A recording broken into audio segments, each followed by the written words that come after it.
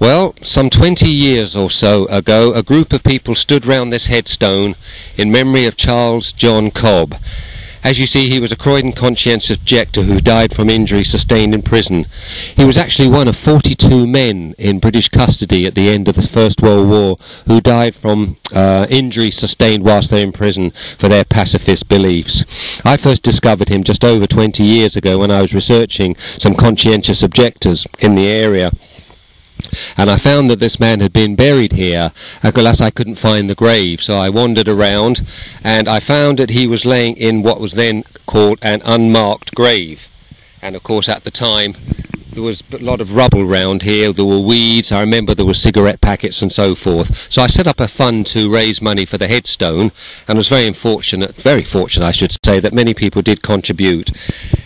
This marble, because it is marble, is the finest marble that came from the quarry where Michelangelo excavated so much for his great works, the great Michelangelo.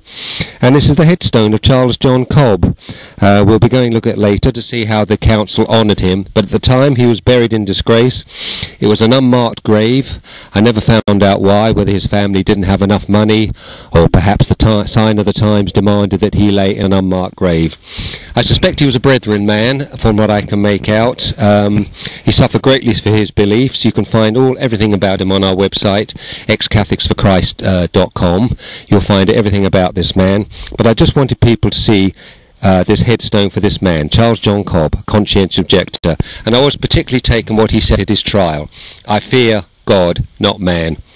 And I think that should be the epitaph for all of us, to fear God, not man, to not get caught up in the world and the joys of the world and the false iniquities of the world, because one day we will be judged by a higher authority, that is God. So I think that's something everybody who watches this little documentary should remember. Charles John Cobb, I fear God, not man.